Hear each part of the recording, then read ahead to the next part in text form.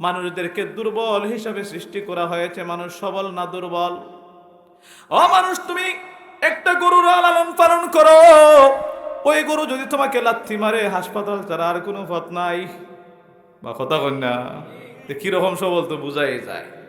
একটা মুরগের বাচ্চা যখন ডিম থেকে বের হয়ে দৌড়াইতে পারে, খাইতে পারে। একটা ছাগল গরুর বাচ্চা যখন দুনিয়ার মধ্যে আসে তখন অটোমেটিক দৌড়াইতে পারে, খাইতে পারে। কিন্তু মানুষের বাচ্চা কিছুই করতে পারে না। আল্লাহ বলেন তোমাদেরকে দুর্বল বানাইলাম, এই দুর্বল থেকে ধীরে ধীরে আমি আল্লাহ তোমাকে যৌবনে পদার্পণ করলাম, এই দুর্বল থেকে আমি আল্লাহ তোমাকে সবলতা দান করলাম। এই জন্য আল্লাহ ইঙ্গিতে বলতেছেন, আল্লাহুল্লাযী খালাকাকুম মিন যুফ সুম্মা জাআলা মিন বাদি যুফিন কুওয়া। তোমাদের যে দুর্বল, ওই দুর্বল থেকে আমি আল্লাহ সৃষ্টি করলাম, পরবর্তীতে আমি আল্লাহ তোমাদেরকে সবলতা দান করলাম, শক্তি দান করলাম। তোমরা শক্তিশালী হয়ে গেলে। ছোটবেলায় তোমার ক্ষমতা ছিল না, পরবর্তীতে আমি আল্লাহ ক্ষমতা দান করলাম। এমন ক্ষমতা হইল যে তুমি এখন যদি চাও তাহলে যুগের মধ্যে একটা ভালো মানুষ হইয়া সমাজের মানুষকে একটা শান্তির ব্যবস্থা করতে পারো। আর যদি চাও হে যুবক, তখন তুমি শক্তি পাইয়া তুমি মানুষের মধ্যে শৃঙ্খলা সৃষ্টি করে একটা দেশকে অস্তিত্বশীল করে দিতে পারো। জোরে বলেন ঠিক না বেঠিক? এই শক্তিটা কে দিছে? আল্লাহ। মানুষের জীবনে তিনটা সময় আছে, পুরা জীবনে তিনটা সময়। একটা সময় হলো ছোটবেলা, এটাকে আমরা বলি বাল্যকাল। এরপরে আরেকটা সময় আছে ধীরে ধীরে পৌঁছাইয়া বড় হয়, তখন তার নাম হলো যৌবন কাল। এর পরবর্তীতে এই যৌবন কালটাও এক সময় শেষ হয়ে যায়, শেষ পর্যন্ত চলে আসে যে কাল, এই কালটার নাম হলো বৃদ্ধকাল। এরপরে আর দুনিয়ার কোনো অস্তিত্ব থাকে না। আল্লাহ ওই তিনটা কালের দিকে ইঙ্গিত করেছেন। এর মধ্যে শ্রেষ্ঠ কাল কোনটা, এদিকে আল্লাহ ইঙ্গিত করতেছে। আল্লাহুল্লাযী খালাকাকুম মিন যুফিন সুম্মা জাআলা মিন বাদি যুফিন কুওয়া। আল্লাহ বলেন তোমাকে আমি দুর্বল হিসেবে বানাইলাম, তোমাদেরকে ওই দুর্বল থেকে আমি আল্লাহ তোমাদেরকে সবলতা দান করলাম, অর্থাৎ যৌবনকালে পৌঁছায় দিলাম। এই যৌবনকাল আমি আল্লাহ দিলাম, দুর্বল থেকে তোমাদেরকে সবল বানাইলাম। অবশ্যই একটা উদ্দেশ্য আছে, কথা হন ঠিক না বেঠিক? মা এমনি না আল্লাহ বড় করছে না, আল্লাহ তাআলা উদ্দেশ্য একটা আছে। উদ্দেশ্যটা কি? ইবাদত করা। জোরে বলেন, আল্লাহর ইবাদত করা। এই জন্য যারা যৌবন কাল পাইয়া যত বেশি ইবাদত করবো আল্লাহর কাছে, জোরে হইন না কেন আপনারা, যৌবন কালে যত বেশি ইবাদত করবো আল্লাহকে চিনবে তত দামি হইয়া যাবে। জিন্দেগি আমদ বরায়ে বন্দেগি, जिंदगी आमद बराए बंदगी, जिंदगी बे बंदगी शर्मिंदगी, बंदगी कुनो बंदगी कुनो बंदगी, जिंदगी बे बंदगी शर्मिंदगी, जिंदगी बहर मकसूद बंदगी, जिंदगी बे बंदगी शर्मिंदगी। कवि बोलेन তোমাকে আল্লাহ তাআলা জীবন দান করেছে, ওই জিন্দেগির মূল উদ্দেশ্য হলো তুমি আল্লাহর বন্দেগী করো, আল্লাহর উপাসনা করো, আল্লাহর বন্দেগী করো, আল্লাহর হুকুম অনুযায়ী চলো। যদি তুমি আল্লাহর হুকুম অনুযায়ী চলতে পারো তাহলে আল্লাহর কাছে দামি হইয়া যাইবে।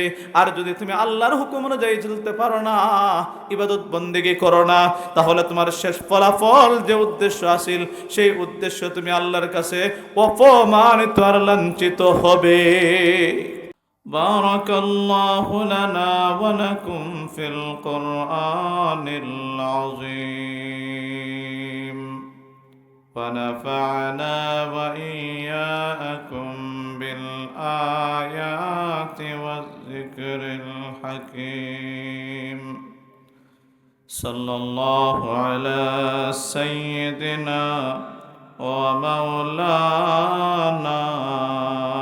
محمد وعلى آله وأصحابه وسلم. صلى الله على سيدنا ومولانا محمد وعلى آله وأصحابه وسلم بلغ العلا بكماله كشف الدجى بجماله حسنت جميع خصاله صلوا عليه وآله يا صاحب الجمال ويا سيد البشر من وجهك المنير لقد نور القمر بلغ العلا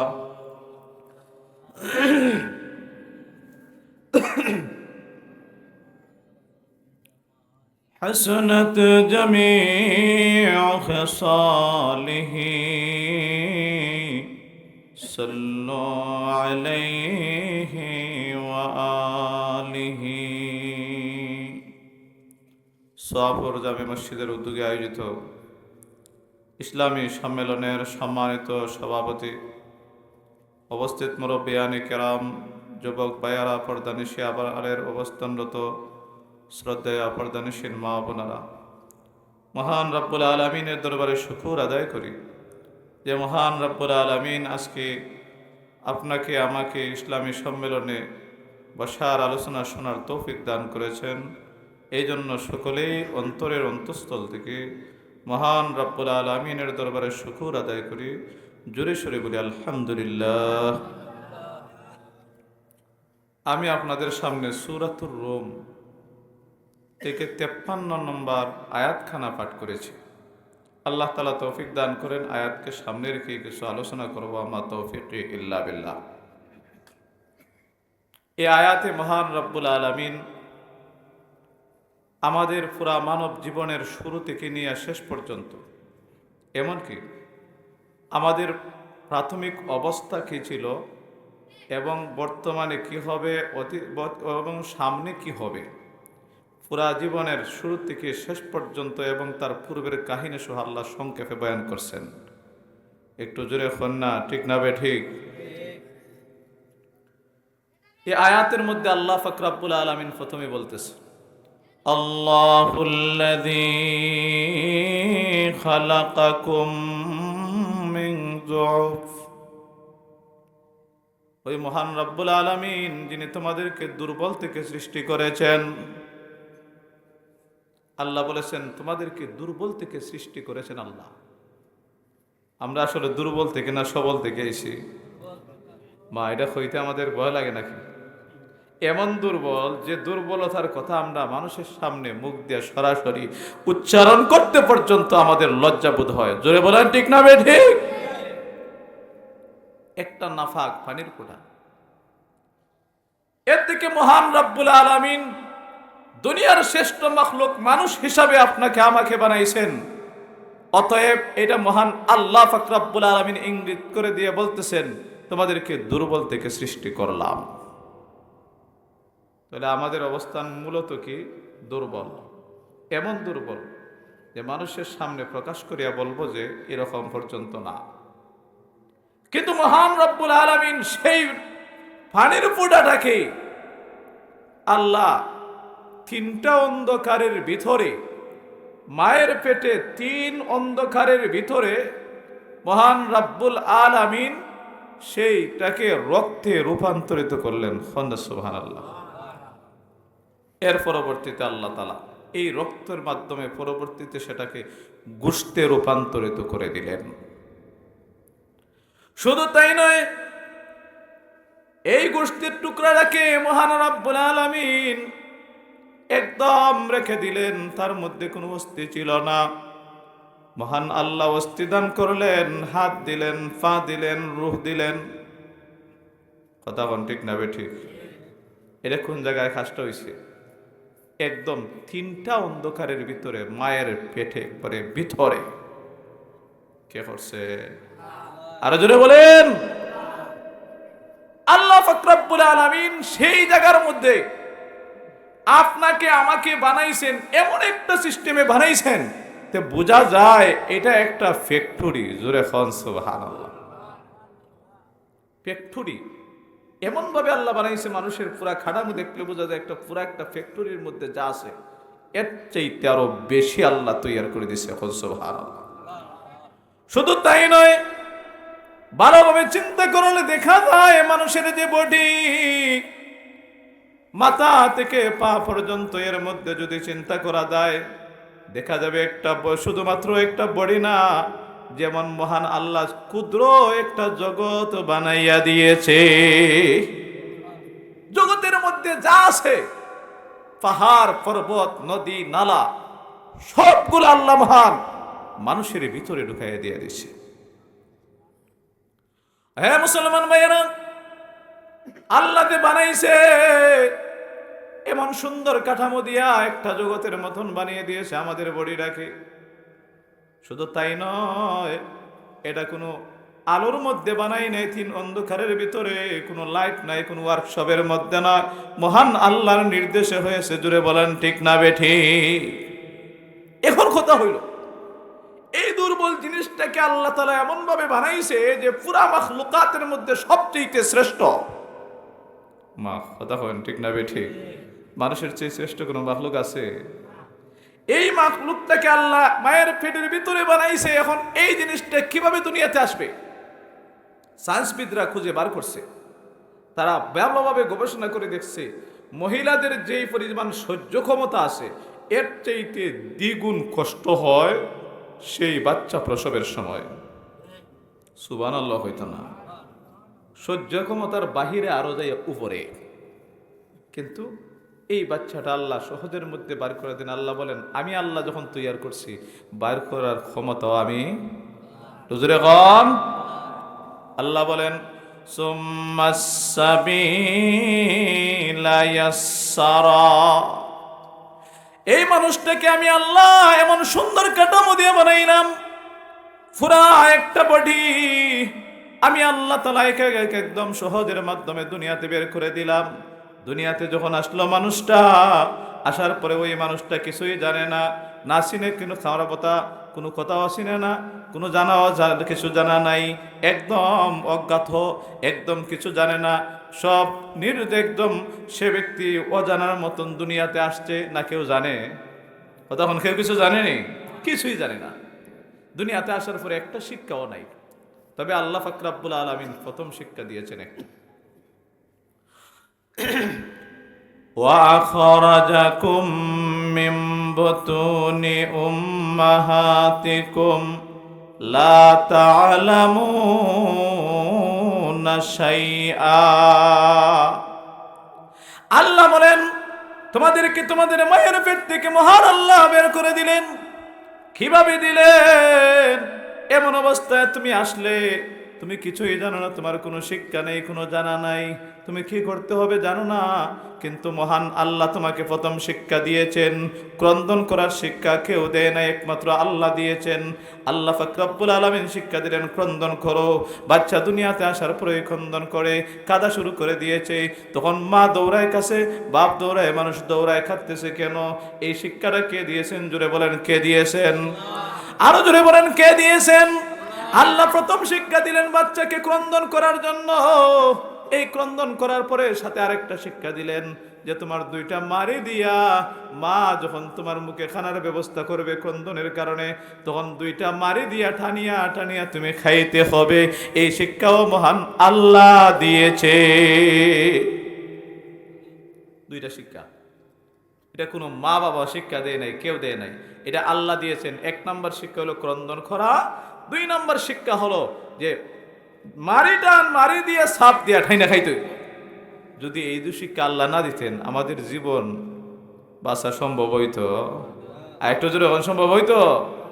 উপাস থাকা ছাড়া পথ ছিল না। এই দুনিয়াতে আসার পরে প্রথমে একটা কাজে হ্যাঙ্গা হ্যাঙ্গা হয়ে কান্দে, কারণ আল্লাহ এটাই শিক্ষা দিয়েছেন, এর চেয়ে বড় শিক্ষা আর নাই। এটাই প্রথম শিক্ষা, আর প্রথম শিক্ষার মাধ্যমে শুরু হয়েছে ক্রন্দন, এরপরে খাওয়ার শিক্ষা। এই দুইটা জিনিস দিয়ে মানুষকে লালন পালন করলেন আল্লাহ তাআলা, আমাদেরকে ছোটবেলা থেকে বড় করলেন আল্লাহর হুকুমে। জোরে বলেন ঠিক না বেঠিক? আল্লাহর নির্দেশেই আমরা বড় হয়েছি। মা বাবা খাওয়াইয়া বড় করছে না আল্লাহ বড় করছে? আল্লাহ তাআলা বড় করছে। মা বাবা যদি খাওয়াইয়া বড় করতে পারতো আর তারা যেমনি মনে চাই এরকমই চালাইতে পারতো, তাহলে অভাব নাই, মা বাবার টেকা আছে, কিন্তু বাচ্চারা তো ঠিক মতন সুস্থ করতে পারে না। সম্পূর্ণ ক্ষমতা মহান আল্লাহর। ছোট থেকে আল্লাহ মানুষদেরকে শক্তি দান করলেন, বড় করলেন, বড় করার পরে আল্লাহ শক্তি দিয়েছেন। আল্লাহ বলেন, আল্লাহুল্লাযী খালাকাকুম মিন যুফিন, ওই মহান রাব্বুল আলামিন তোমাদেরকে দুর্বল থেকে সৃষ্টি করেছেন, এমন দুর্বল যে দুর্বলের কোনো অস্তিত্ব ছিল না। আল্লাহ পাক রব্বুল আলামিন অস্তিত্ব দান করলেন, দুনিয়ার মধ্যে দিলেন, দেওয়ার পরে তাকে দুইটা শিক্ষা দিলেন। ওই দুই শিক্ষা দেওয়ার পরে ধীরে ধীরে বাচ্চাকে বড় করলেন। ছোটবেলায় এমন অবস্থা ছিল, এমন দুর্বল ছিল যে এই বাচ্চাটা একটা মশা তাড়ানোর ক্ষমতা পর্যন্ত তার ছিল না। জোরে বলেন ঠিক না বে ঠিক? আরে কিছুদিন পরে 1 কেজি ওজনের জিনিস উঠানোর ক্ষমতা নাই, কিন্তু ধীরে ধীরে বড় হইতেছে।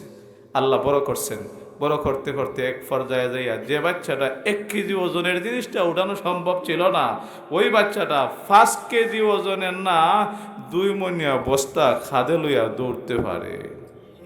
তো জুড়ে হইবা না আপনারা? তাহলে এই যে শক্তি দিলেন আল্লাহ, দুর্বল দুর্বল থেকে আল্লাহ শক্তি দিলেন, অথচ মানুষের মূলতই মানুষ দুর্বল। আল্লাহ অন্য জায়গায় বলেন, খুলিকাল ইনসানু যায়ীফা,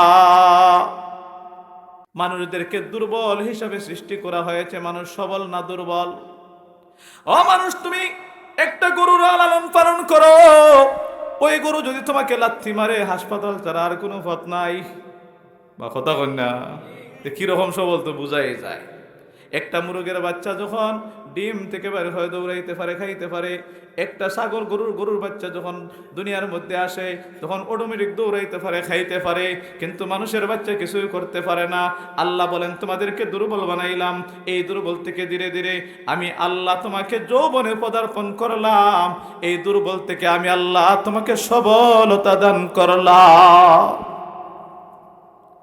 এই জন্য আল্লাহ ইঙ্গিতে বলতেছেন, আল্লাহুল্লাযী খালাকাকুম মিন যুফ সুম্মা জাআলা মিন বাদি যুফিন কুওয়া, তোমাদের যে দুর্বল, ওই দুর্বল থেকে আমি আল্লাহ সৃষ্টি করলাম, পরবর্তীতে আমি আল্লাহ তোমাদেরকে সবলতা দান করলাম, শক্তি দান করলাম। তোমরা শক্তিশালী হয়ে গেলে। ছোটবেলায় তোমার ক্ষমতা ছিল না, পরবর্তীতে আমি আল্লাহ ক্ষমতা দান করলাম। এমন ক্ষমতা হইল যে তুমি এখন যদি চাও তাহলে যুগের মধ্যে একটা ভালো মানুষ হইয়া সমাজের মানুষকে একটা শান্তির ব্যবস্থা করতে পারো। আর যদি চাও হে যুবক, তখন তুমি শক্তি পাইয়া তুমি মানুষের মধ্যে শৃঙ্খলা সৃষ্টি করে একটা দেশকে অস্তিত্বশীল করে দিতে পারো। জোরে বলেন ঠিক না বেঠি? এই শক্তিটা কে দিছে? আল্লাহ। মানুষের জীবনে 3টা সময় আছে, পুরা জীবনে 3টা সময়। একটা সময় হলো ছোটবেলা, এটা আমরা বলি বাল্যকাল। এরপরে আরেকটা সময় আছে ধীরে ধীরে পৌঁছাইয়া বড় হয়, তখন তার নাম হলো যৌবন কাল। এর পরবর্তীতে এই যৌবন কালটাও এক সময় শেষ হয়ে যায়, শেষ পর্যন্ত চলে আসে যে কাল, এই কালটার নাম হলো বৃদ্ধকাল। এরপরে আর দুনিয়ার কোনো অস্তিত্ব থাকে না। আল্লাহ ওই 3টা কালের দিকে ইঙ্গিত করেছেন। এর মধ্যে শ্রেষ্ঠ কাল কোনটা, এদিকে আল্লাহ ইঙ্গিত করতেছে। আল্লাহুল্লাযী খালাকাকুম মিন যুফিন সুম্মা জাআলা মিন বাদি যুফিন কুওয়া, আল্লাহ বলেন, তোমাকে আমি দুর্বল হিসেবে বানাইলাম, তোমাদেরকে ওই দুর্বল থেকে আমি আল্লাহ তোমাদেরকে সবলতা দান করলাম, অর্থাৎ যৌবনকালে পৌঁছায় দিলাম। এই যৌবনকাল আমি আল্লাহ দিলাম, দুর্বল থেকে তোমাদেরকে সবল বানাইলাম। অবশ্যই একটা উদ্দেশ্য আছে, কথা হন ঠিক না বেঠিক? মা এমনি না আল্লাহ বড় করছে না, আল্লাহ তাআলা উদ্দেশ্য একটা আছে। উদ্দেশ্যটা কি? ইবাদত করা। জোরে বলেন, আল্লাহর ইবাদত করা। এই জন্য যারা যৌবন কাল পাইয়া যত বেশি ইবাদত করবো আল্লাহর কাছে, জোরে হইন না কেন আপনারা, যৌবন কালে যত বেশি ইবাদত করবো আল্লাহকে চিনবে তত দামি হইয়া যাবে। জিন্দেগি আমদ বরায়ে বন্দেগি, জিন্দেগি আমদ বরায়ে বন্দেগি, জিন্দেগি বে বন্দেগি শর্মিন্দগি, বন্দেগি কোনো বন্দেগি কোনো বন্দেগি, জিন্দেগি বে বন্দেগি শর্মিন্দগি। जिंदगी बहर मकसूद बंदगी, जिंदगी বে বন্দেগি শর্মিন্দগি। কবি বলেন, তোমাকে আল্লাহ তাআলা জীবন দান করেছে, ওই জিন্দেগির মূল উদ্দেশ্য হলো তুমি আল্লাহর বন্দেগি করো, আল্লাহর উপাসনা করো, আল্লাহর বন্দেগি করো, আল্লাহর হুকুম অনুযায়ী চলো। যদি তুমি আল্লাহর হুকুম অনুযায়ী চলতে পারো তাহলে আল্লাহর কাছে দামি হইয়া যাইবে। আর যদি তুমি আল্লাহর হুকুম অনুযায়ী চলতে পারো না, ইবাদত বন্দেগি করো না, তাহলে তোমার শেষ ফলাফল যে উদ্দেশ্য আসিল সেই উদ্দেশ্য তুমি আল্লাহর কাছে অপমানিত আর লাঞ্ছিত হবে। কথা কোন ঠিক না বেঠিক? কারণ দামি হইতে হইলে আল্লাহ যে উদ্দেশ্যে সৃষ্টি করছে এই উদ্দেশ্যে সফল হতে হবে। আর এই উদ্দেশ্যে সফল হওয়ার মেন যে টাইম, ফার্স্ট সময়টা, এই সময়টা হলো কোন কাল? আমার কথা বুঝতেছেন না আপনারা? জোরে বলেন কোন কাল? এই যৌবন কালটা হলো সবচেয়ে দামি। কিভাবে দামি দেখেন, এই যৌবন কাল মহান আল্লাহ পাক রব্বুল আলামিন দিয়েছেন। এই যৌবন কালের জন্য কিয়ামতের কঠিন ময়দানে এই যৌবনকালের হিসাব দিতে হবে। কিন্তু আমাদের যুব সমাজ দুনিয়ার মধ্যে পড়িয়া, দুনিয়ার চাকচিক্যের মধ্যে পড়িয়া এমন চলাচলে যে বোঝা যায় মুসলমান না কাফির, এটা চিনা হয়ে যায় না। জোরে হন ঠিক না বেঠিক? হ্যাঁ যুবক মুসলমান, তুমি যুবক মুসলমান নাকি বেঈমান চিনা যায় না। আর জোরে বলেন ঠিক না বেঠিক? এইরকম মুসলমানের চলা, আসলে মুসলমানের চলা কেমন হওয়া ছিল আর চলতেছে কেমন? ऐशाने नया रंगे नया दौरे नया है, ऐशाने नया रंगे नया दौरे नया है। नामे मुसलमान हो मगर काम में कुफर है, नामे मुसलमान हो मगर काम में कुफर है। ए दुनिया की दोस्ती मिसले कागज फूल की, ए दुनिया की दोस्ती मिसले कागज फूल की। देखने में है खुशनुमाई दर हकीकत कुछ नहीं।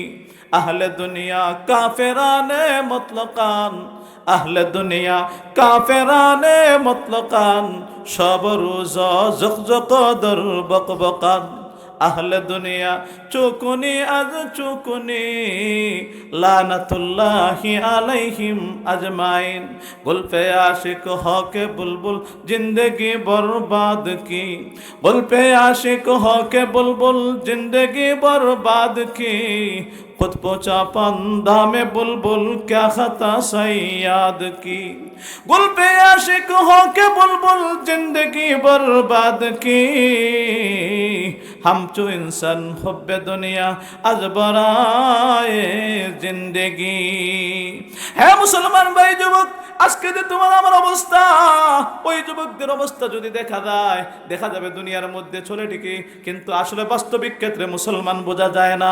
নামে মাত্র মুসলমান, কামে সমস্ত কাফিরের কাজ। হে মুসলমান ভাই, হে যুবক আর যুবতী, জানিয়ে রাখো এই যে যৌবনটা, এই যে জীবনটা আল্লাহ তাআলা দান করেছে, এইটা একমাত্র আল্লাহ পাক রব্বুল আলামিন দান করেছে দুনিয়াটা। এই দুনিয়াটা মুসলমানের জন্য না, মুসলমানের সুখের জন্য না, বরং এটা হলো কাফির বেঈমানদের জন্য। তারা দুনিয়ার পাগল হবে আর মুসলমানরা ফলকারের জন্য চিন্তা করবে।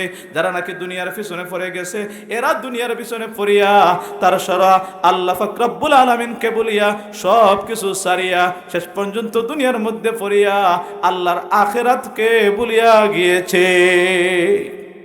কথা কোন ঠিক না বেঠিক? এখন দেখা যায় আমাদের সমাজের মধ্যে যুবক ভাই যারা আছে, এদেরকে যদি দেখা যায়, যুবক বোনদেরকে দেখা যায়, বিশেষ করে আজকে এই আলোচনাটাই গুরুত্ব সহকারে বলতেছি, কারণ কোরআনের মধ্যে এখানে বলছেন আল্লাহ তোমাদেরকে দুর্বল থেকে সবল দিলাম, অর্থাৎ যুবককে যৌবন দিলাম, যুবতীকে যৌবন দিলাম। এই যৌবন দেওয়ার কারণটা কি? এর কারণ একটা আছে, আল্লাহ পাক রব্বুল আলামিন হাদিসে বলতেছে। যৌবনকালের গুরুত্ব আসেনি না নাই? জোরে এখন আছে কি না নাই? কিরকম আছে? হাদিস শরীফটা শুনেন। قال رسول الله صلى الله عليه وسلم لا تزول قدم ابن آدم يوم القيامة من عند ربه حتى يسأل عن خمس عن عمره فيما أفنى وعن شبابه فيما أبلى আল্লাহর প্রমাণ আল্লাহ পাক রব্বুল আলামিন কিয়ামতের কঠিন ময়দানে সমস্ত আদম সন্তান কেউ তার দুইটা পা একটা পা ওঠানো সম্ভব হবে না যতক্ষণ পর্যন্ত না পাঁচটা প্রশ্নের উত্তর দেবে। ও মুসলমান রে, এই প্রশ্নের উত্তর দেওয়া পর্যন্ত কোনো মুসলমান পুরুষ কোনো মুসলমান নারী কেউ পা উঠাতে পারবে না। এই পাঁচটা প্রশ্নের উত্তর দিতে হবে আল্লাহর সামনে। এর মধ্যে একটা হলো আন উমরিহি ফিমা আফনা, হে মানুষ রে, তোমার এই দুনিয়ার মধ্যে আমি আল্লাহ একটা জীবন দান করেছিলাম, ওই জীবনটা কোন পথে ব্যয় করছো তার হিসাব দাও। 2 নম্বর হবে ওয়া আন শাবাবিহি ফিমা আবলা, হে যুবক রে, ও যুবতী, তোমাকে আমি আল্লাহ সবচেয়ে বড় নিয়ামত যৌবনকাল দিয়েছিলাম, ওই যৌবনটা তুমি কোন পথে ব্যয় করেছো তার হিসাবটা দাও। যৌবনের হিসাবটা আলাদাভাবে নেওয়া হবে। ও যুবক আর যুবতী রে, যদি যৌবনের হিসাব ঠিক মতো না দিতে পারো তাহলে কিয়ামতের দিন মহান আল্লাহর সামনে সামনে থেকে পা উঠাইয়া সামনে যাওয়ার সুযোগ নাই। তাহলে কি বুঝলাম? যৌবনের ইবাদতের গুরুত্ব আসেনি না নাই? এটারই হিসাব হবে আলাদাভাবে। এই জন্য যৌবনকালের যে গুরুত্ব, এই গুরুত্বটা আমরা এখনই বুঝতে পারলাম যে আল্লাহর কাছে হিসাব দিতে হবে যৌবনের। তাহলে এই যৌবনের এই যুবকদের জন্য একটা সময় গুরুত্বপূর্ণ, যুবতীদের জন্য একটা সময় হলো গুরুত্বপূর্ণ সময়। এই সময় যদি চায় তাহলে যুবক আর যুবতী আল্লাহর ওলিও হইতে পারে। বা কথা হন ঠিক না বেটি? আরে যারা ওলি হয়েছে যৌবন খালি ইবাদত করে ওলিছে, বৃদ্ধকালে তো সবই সোজা হয়ে যায়। মা কথা কন না, যত বড় জালিম হোক সেও দেখা যায় বুড়া কালে সোজা হইয়া যায়, কবরে যাওয়ার আগে সোজা হইয়া যায়। তাহলে যৌবনকালে যারা ইবাদত করব এরাই আল্লাহর ওলি হবে। আর ওই যৌবনকালের মধ্যে যদি চায় তাহলে একটা মহিলা যদি খারাপ হইয়া যায় একটা দেশ নষ্ট করতে পারে। যদি বলেন ঠিক না বেঠি? আর ওই একটা মহিলা যদি ভালো হইয়া যায় তাহলে ওই মহিলার থেকে আল্লাহর ওলি জন্ম হইতে পারে। এই যৌবনকালের ইবাদতের কি পরিমাণ গুরুত্ব আর আল্লাহর ওলিতে হওয়া যায়, একটা ঘটনা আপনাদের সামনে পেশ করি। আল্লাহর এক ওলি ছিলেন, তার নাম ছিল হাফিজ সিরাজি। অনেকেই নাম শুনছেন। আল্লাহর এক ওলি, বড় একজন ওলি ছিলেন, তার নাম হলো হাফিজ সিরাজি রহমতুল্লাহি আলাইহি। ওই হাফিজ সিরাজি যখন যৌবনকালে ছিলেন, যৌবনের ঠেলা তখন আসেনি না নাই? এটা হলো আল্লাহর দেওয়া একটা নিয়ামত। যৌবনের সময় যদি যৌবনের চাহিদা না থাকে তাহলে এটা মানুষই না। আপনারা কথা বুঝতেছেন না মনে হয়? তাহলে এই যৌবন যেটা আল্লাহর দেওয়া নিয়ামত, এই সময় তুমি তোমার যৌবনের চাহিদা থাকবে। এই চাহিদায় অন্যায় কাজ জোরাইলে আল্লাহর কাছে জবাব দেওয়ান লাগবো। আর সঠিক পথে যদি ব্যয় করো তাহলে হাদিস শরীফের মধ্যে আছে যে যে ব্যক্তি যৌবনকালে সঠিক মতো ইবাদতে খাটাইলো, বৃদ্ধ হওয়ার পরে যখন ইবাদত করতে পারবে না ঠিক মতন, তখন ওই ব্যক্তি যৌবনকালে যে পরিমাণ সব তার আমল নামায় লেখা হইতো, বৃদ্ধকালে ওই ব্যক্তিকে আমল না করতে পারলো সেই পরিমাণ সব তার আমল নামায় লেখা হইতে থাকে। জোরে হন সুবহানাল্লাহ। হাফিজ সিরাজি যৌবনের চাহিদা অনুযায়ী একজন প্রেমিকার সাথে সম্পর্ক হয়ে গেল, প্রেমের সম্পর্ক হয়ে গেল। হয় কিনা? কতক্ষণ হয় কিনা? বর্তমান জমানায় তো এটা ইজি হয়ে গেছে সবার জন্য, একদম সহজ পথ। এটার পথটা সহজ হওয়ার একটা মাধ্যম হলো মোবাইল। কতক্ষণ? মোবাইল। এই মোবাইলটা আজকে যুব সমাজদেরকে একবার ধ্বংসের পথে নিয়ে গেছে। এই মোবাইলের কারণে এখন মানে কিছু কইতে হয় না, কোত্থেকে খেয়াইয়া ঢুকি যায় আর ডুইকে কাজ হইয়া যায়, তখন প্রেমের জ্বালা এমনি শুরু হয়ে যায়। কইতে হয় না, এখন দেখা যায় ছোটটাই বুঝে বড়টাই বুঝে। এখন রাত মোবাইলের মধ্যে সময় কাটায় আর রাত ঘুমায় না, সারা রাত সজাগ থাকে, সকালবেলায় ঘুম থেকে ওঠে না। এমনও যুবক আর যুবতী আপনাদের গ্রামে থাকতে পারে, নাও থাকতে পারে আপনাদের গ্রামে, কিন্তু আমার গ্রামে অনেকগুলো আছে যে যারা ফজরের আজান কয়েক মাস হয়েছে শুনে না। বা হয় না আপনারা এলাকাত মনে হয় এরকম নাই? কোনো যুবতীও নাই, কোনো যুবকও নাই, আদান শুনছে না। এর কারণ হলো সারা রাত ব্যাপী মোবাইলের সময় খাড়ায়, আর মোবাইলের সময় খাড়াইয়া তার জীবনটা নষ্ট করতেছে। অথচ আল্লাহ পাক রব্বুল আলামিন ওই রাত্রকে বানাইছেন মানুষের ঘুমানোর জন্য। আর জোরে হন ঠিক না বেঠি? আর আল্লাহ দিনকে বানাইছেন উপার্জন করার জন্য। কিন্তু মানুষ যখন আল্লাহর হুকুমের উল্টা করতেছে তখন এই যুবকরা একদম অকেজ হইয়া যাচ্ছে, এদের শরীর দুর্বল হইয়া যায়, কিডনি ড্যামেজ হইয়া যায়, দেখা যায় মেরুদণ্ডের হাড্ডি নষ্ট হয়ে গেছে। এরকম অসুস্থ আসেনি না নাই? মা আগের যুগের মুরব্বীরাও দেখা যায় এখন বেটা স্ট্রং, আর আমরার যুবক যারা আছে এরাও দেখা যায় 13 হয়ে আটে। এর কারণটা কি? এর কারণ হইল গিয়ে এটা রাত্রে যথা সময় কাজে লাগায় না, ঘুমানোর জন্য আল্লাহ বলছেন ঘুমায় না, খালি মোবাইলের মধ্যে ঠেলা নিতে আছে। মা কথা এখন ঠিক না বে ঠিক? ওয়াজআলনাল লাইলা লিবাসা ওয়াজআলনান নাহারা মাশা। আল্লাহ বলেন আমি দিনকে বানাইলাম তোমাদের উপার্জনের জন্য, আর রাত বানাইছে তোমাদের জন্য ইবাদত করার জন্য। যখন থেকে রে যুবক আর যুবতী তুমি দিনরে তুমি কাটাইলা ঘুমাইয়া, আর রাতকে তুমি কাটাইলা তোমার অন্য পথের মধ্যে, রাত্রে বেলায় ঘুমাইলা না, এই জন্য আমি আল্লাহর বিধানের উল্টা যাওয়ার কারণে রে যুবক আজকে তোমরা বৃদ্ধ মানুষের চাইতে আরো দুর্বল যুবতীকেও তোমার খমর হবে তা কেন হাসতেছে? এর কারণ হলো তুমি রাত্রটারে অযথা সময় কাটাইতেছো ফেসবুকের মধ্যে, মোবাইলের মধ্যে। কথা হন ঠিক না বে ঠিক? যে কথা বলতেছিলাম, হাফিজ সিরাজি একজন প্রেমিকার সাথে সম্পর্ক ছিল 100 বছর আগের কাহিনী। এই সময় তো এরকম মোবাইলের সময় ছিল না, প্রেম করাটাও বড় চেঁচামেচা কঠিন ছিল না, অনেক কঠিন আছে। যাই হোক, প্রেমের সম্পর্ক যেমনি কইছে গিয়া হাফিজ সিরাজি উনি রাত্রেবেলায় ঘুমাইছে, ঘুমে ধরে না, প্রেমের জ্বালা। কথা হন ঠিক না বে ঠিক? রাত হয়েছে 12টা, ঘুমে ধরে না। শীতের মধ্যে কোন করে শীত, এত শীতের মধ্যে ঘুম তো ধরতেছে না। কি করবে? দেখলো যে না, যাইতে হবে, আমার প্রেমিকার সাথে দেখা করতে হবে।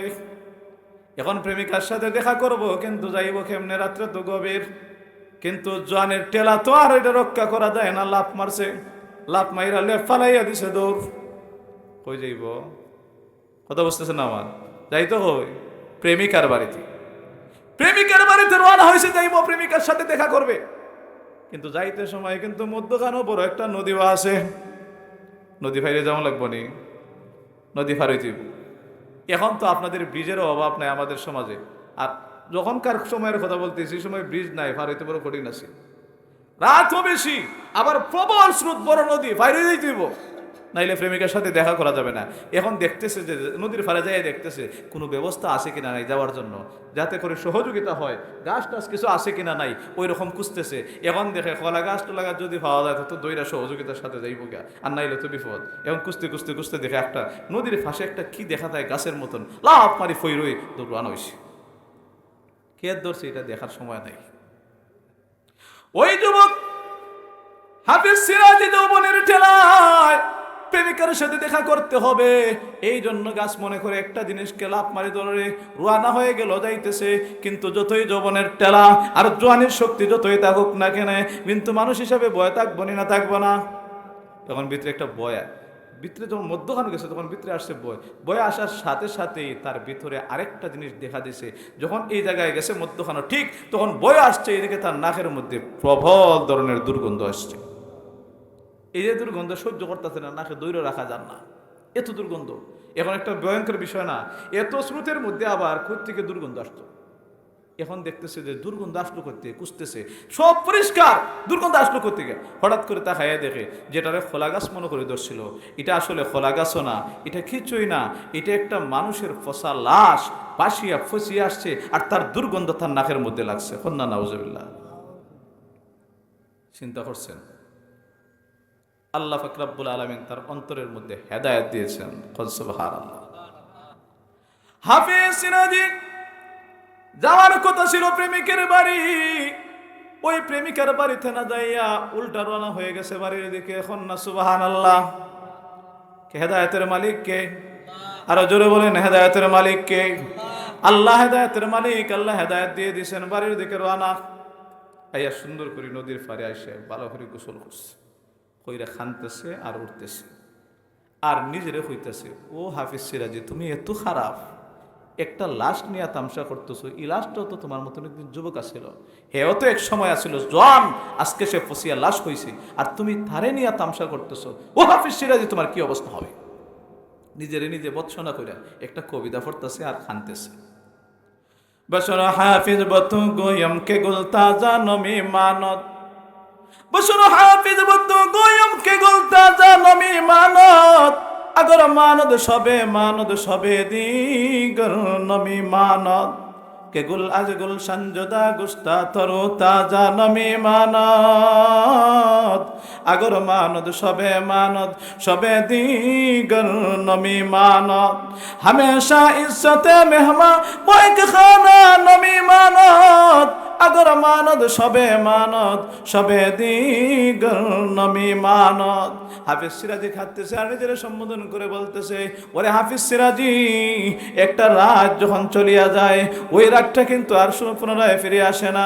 ওরে হাফিজ সিরাজি, আজকে তোমার যৌবন আছে, আগামীকাল সেই যৌবন থাকবে না, 2 দিন পর তোমার যৌবন কাল চলে যাবে, তখন তোমার কি হবে রে? ও হাফিজ সিরাজি, চিন্তা করে দেখো, ফুল বাগানের মধ্যে যখন একটা ফুল ফোটে, কত সুন্দর ফুলটা ফুটে, কত সুন্দর হইয়া ফুটে, এত সুন্দর উঠে, তার কাছে যখন মানুষ যায় গ্রাম পর্যন্ত পায়, কিন্তু 1 দিন 2 দিন 3 দিন পরবর্তীতে সেই ফুলটা জড়িয়া ফরিয়া যায়। ওরে হাফিজ সিরাজি, তোমার কিন্তু সেই যৌবনটাও ঠিক থাকবে না।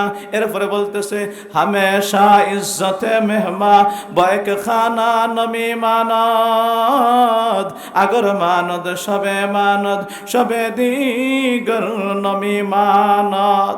হাফিজ সিরাজি, চিন্তা করে দেখো, একজন মেহমান যখন সম্মানী ব্যক্তি মেহমানদারিতে যায়, তখন মেহমানদারি 1 দিন করায়, 2 দিন করায়, 3 দিন করায়, পরবর্তীতে আর মেহমানের জন্য ভালো খানারের ব্যবস্থা হয় না, যা মসর হয় তাই দিয়ে দেয়। ওরে হাফিজ সিরাজি রে, তোমার এই যৌবনটা কোন পথে কাটাইতেছো? এরকম ভাবে নিজে বৎসনা করে কাঁদতেছে আর তুচ্ছ করতেছে, এরপরে আল্লাহর কাছে খাটতেছে, এমন ভাবে খাচ্ছে আল্লাহর কাছে, ওই প্রেমিকা থেকে তওবা করে, অন্যায় পথ থেকে তওবা করে, এমন ভাবে আল্লাহর কাছে কান্না দিয়েছে, শেষ পর্যন্ত মহান আল্লাহ সেই যৌবনের ইবাদতের বিনিময়ে, তওবার বিনিময়ে মহান আল্লাহ ওই যুবককে যুগশ্রেষ্ঠ ওলি বানিয়ে দিয়েছে।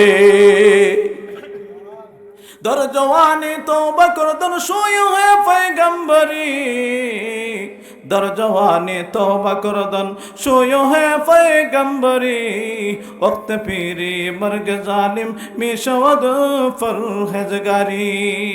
হে দুনিয়ার মানুষ রে, জানিয়ে রাখো তোমাদের যে যৌবনকাল, এই যৌবনকালটা হলো দামি।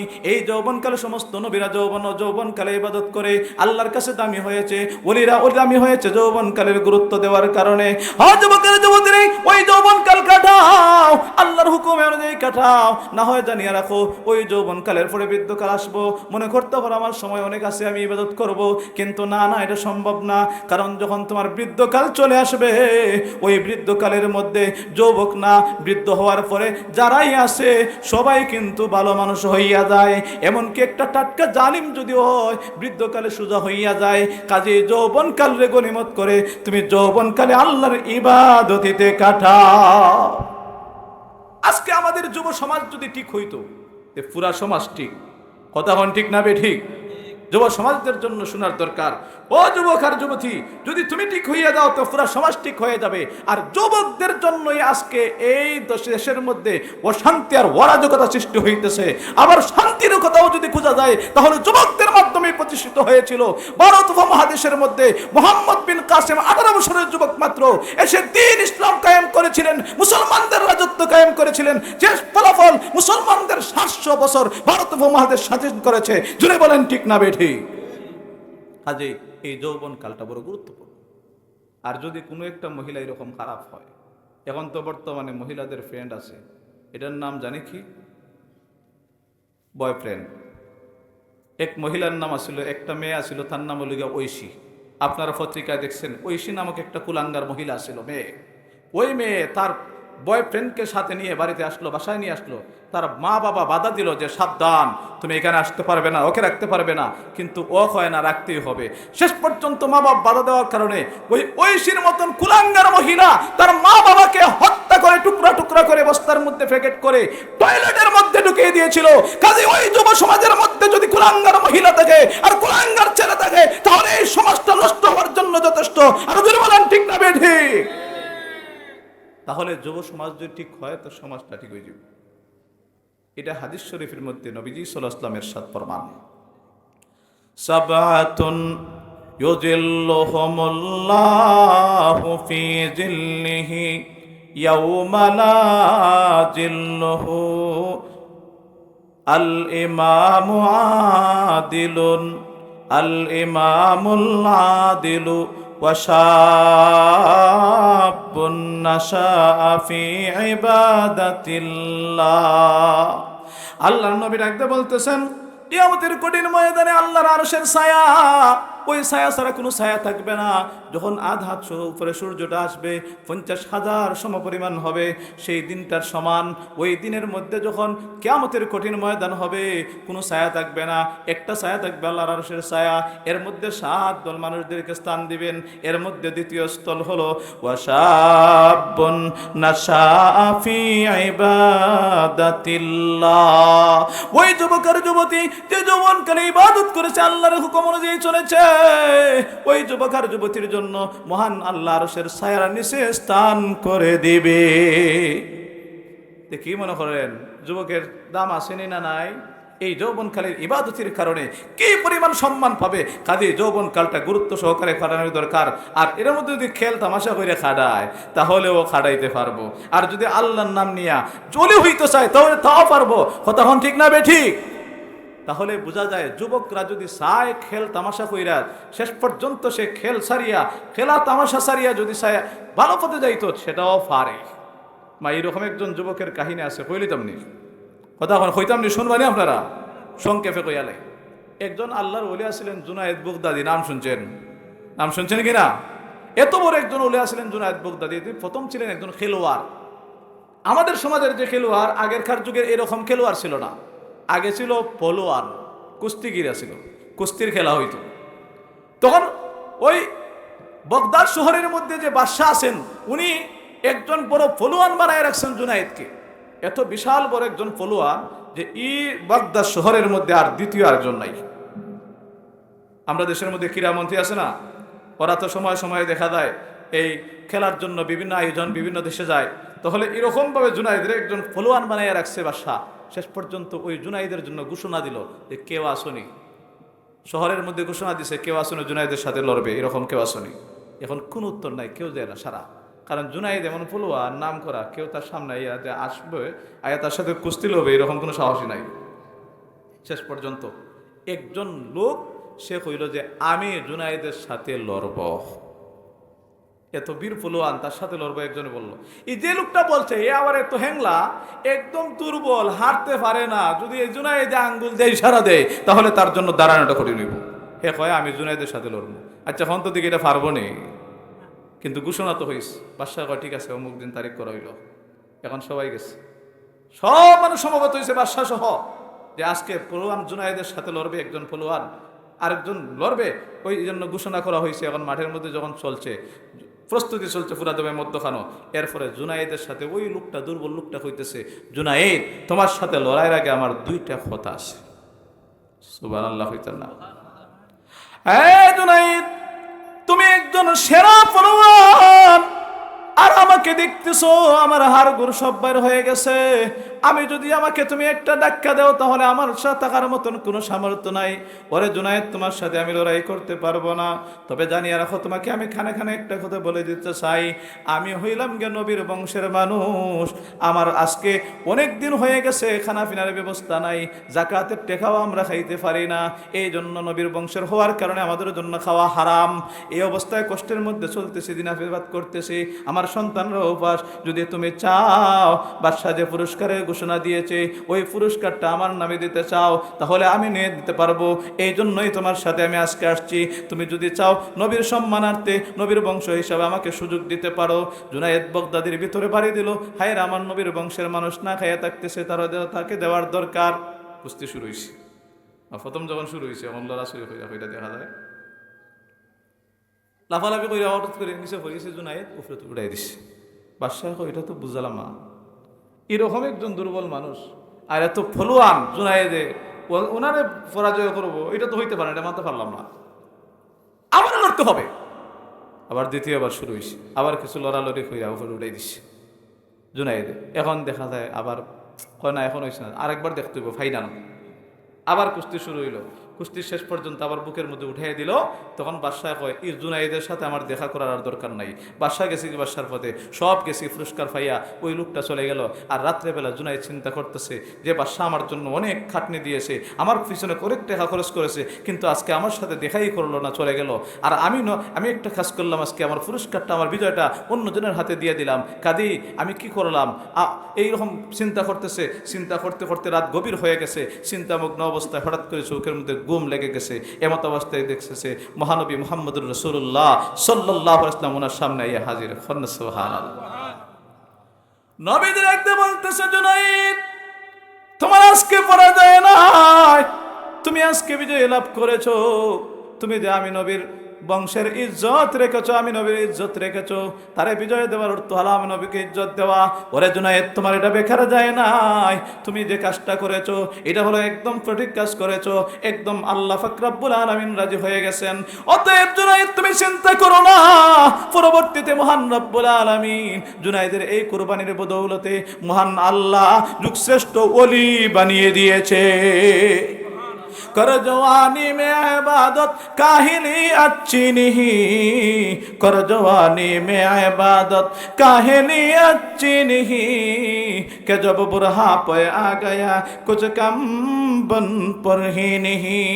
है যুবক সমাজের তুমি দাঁড়িয়ে রাখো, যৌবনকাল তোমার গনিমত। ওই যৌবনকালে ইবাদত করো, অলসতা বারো নয়। যৌবনকালে ইবাদত করো, যৌবনকালে ইবাদত করো, অলসতা বারো নয়। কারণ এমন হতে পারে যখন তুমি ধীরে ধীরে বৃদ্ধ হয়ে যাবে, বৃদ্ধ হওয়ার পরে তোমার শক্তি থাকবে না, ঠিকমতো ওযু করতে পারবে না, ঠিকমতো ইয়াদ রাখতে পারবে না, ঠিকমতো নামাজ বন্দেগী করতে পারবে না। কারণ এই যৌবনকালে গনিমত করো। ও যুবক আর যুবতীরা, যৌবনকালে ইবাদত করো, অলসতা ভালো নয়। এই যৌবনকালে আল্লাহর খাস বান্দা হয়ে যাইবে। কাজে যৌবনকালে গুরুত্ব আসেনি না নাই? যাই বলতেছিলাম, আল্লাহ পাক রব্বুল আলামিন বলতেছেন, আল্লাহুল্লাযী খালাকাকুম মিন যুফিন সুম্মা জাআলা মিন বাদি যুফিন কুওয়া।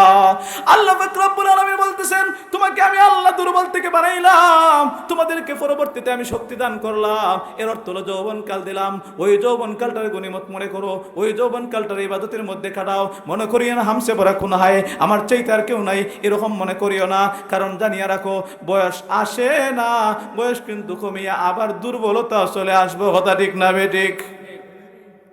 उम्र तेरी हो रही है मिस्ले बर्फ कम, उम्र तेरी हो रही है मिस्ले बर्फ कम, रफ्ता रफ्ता चुपके चुपके दम बदम, जैसा करनी वैसा बरनी जमाने तू करते देख, जैसा करनी वैसा बरनी जमाने तू करते देख, जन्नत जहन्नम भी है ना मानो तो मर के देख। हो যুবকের যুবতী, তুমি যা করতেছো তা পাইবা, সময় কাল অবশ্যই পাই যাইবা।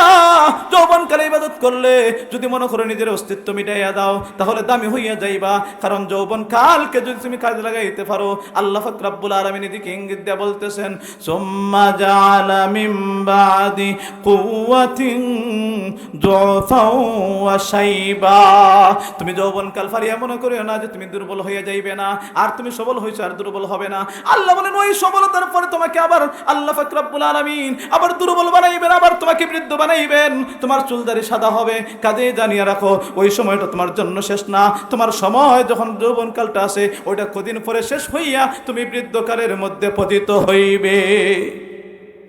তাহলে যৌবনকাল আমাদের গুরুত্বপূর্ণ না? এই যৌবনকালটা আমাদের জন্য সঠিক মতে কাজ করতে হবে, সঠিক মতে জানা কি করতে হবে, কাজে লাগাইতে হবে। যদি তুমি যৌবনকালে মনে করো আমি কিছুই না, আল্লাহ আমাকে দিয়েছে, আমার কিছু কর্তৃত্ব নাই, কত যুবক মরিয়া যায়, এটা যদি মনে করতে পারো, নিজের নিজে মিটাইতে পারো, তাহলে তুমি আল্লাহর কাছে দামি হইয়া যাইবা। সুবহানাল্লাহ। मिटा दो तेरी हस्ती को, मिटा दो तेरी हस्ती को, अगर कुछ मर्तबा चाहो के दाना खाक में मिलकर गुले गुलजार হতে হে। যদি তুমি চাও তোমার কোনো মর্যাদা, তুমি সম্মানী হতে, দামি হতে চাও, তাহলে তোমাকে বিলীন করিয়ে দাও। কারণ জানিয়ে রাখো, একটা দানা, একটা দান বীজ যখন মাটির মধ্যে পতিত হয়, তারে বিলীন করে দেয়, তাকে শেষ করে দেয়। শেষ পর্যন্ত ওই দানা থেকে গাছ উঠিয়া শত শত দান ধরিয়া যায়। কাজেই তোমার যৌবন কালে তুমি মিটিয়ে দাও। এক যুবক গেছে এক বুজুর্গের কাছে, গিয়ে বলতেছে, হুজুর আমার চিনছেন নি? হুজুর এখন তোরে বালা করে চিনছি। তুমি কে? হুজুর আমার চিনছেন আপনি? চিনলে তো হুজুরে জিজ্ঞাসা করতেন, চেয়ারম্যান সাহেব কি করে, তোমার আব্বা কি করে, বালা নেই না, এই সেই বিভিন্নতা। এখন দেখ কিছু হইতেছে না।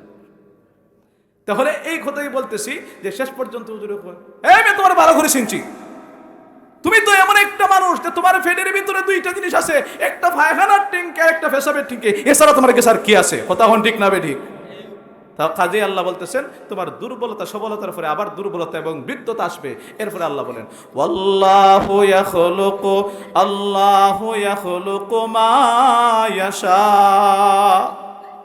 আল্লাহ যা চান তাই করতে পারেন। যুবক বানাইতে পারেন, বৃদ্ধ বানাইতে পারেন, বৃদ্ধরে আবার শক্তিশালী বানাইতে পারেন। এটা আল্লাহর ইচ্ছা। আল্লাহ পাক রব্বুল আলামিন সব কিছু পারেন। আমরা এতটুকু আলোচনা শুনলাম, এই যৌবনের গুরুত্ব সম্পর্কে আলোচনা শুনলাম।